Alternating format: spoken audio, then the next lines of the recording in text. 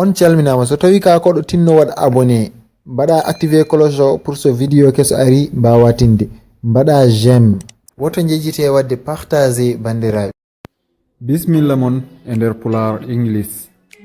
You welcome in Pulaar English.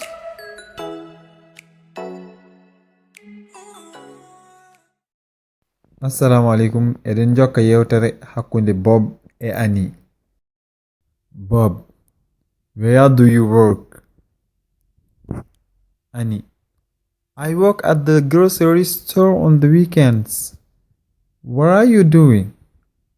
Bob, I work at the library every morning. Annie, how is your job? Bob, I like working at the library. It's very quiet. Annie, oh, I have a new car. Bob, whoa, really? What is it? Annie, is it a Ford convertible? Bob, what does it look like? Annie, it's red and little. Bob, is it fast? Annie, yes. Do you want to ride home? Bob, yes, I do. Bob, where do you work? Holto liggotoɗa?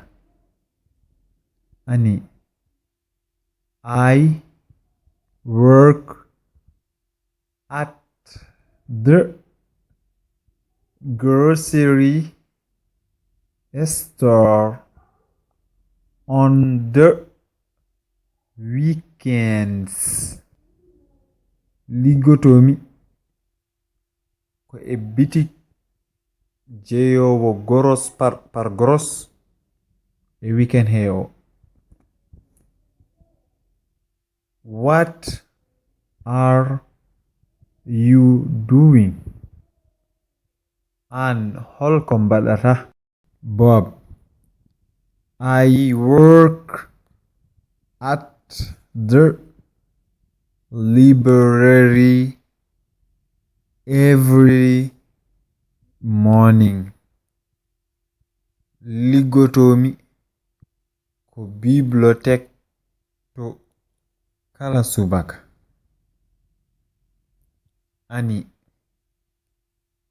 how is your job? Holno golle maɗe mbayi?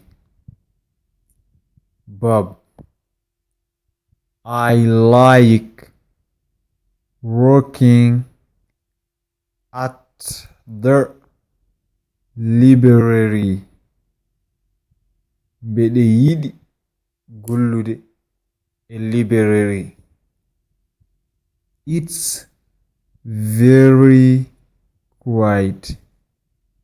Ene deƴƴi no feewi walla ene deƴƴi no feewi. Annie, oh, I have a new car. Oui, oh, mi dañi auto keso. Bob, whoa, really? What is it? Bob, oui, wow. Ah bon? Holko o woni? Annie, it's a Ford convertible. Oui, auto o wiyete ko Ford. Ko o Ford woni marka o. Convertible ko otoji ɗi ganduɗa dowga ene hippo ene hippito ɗen mbite convertible.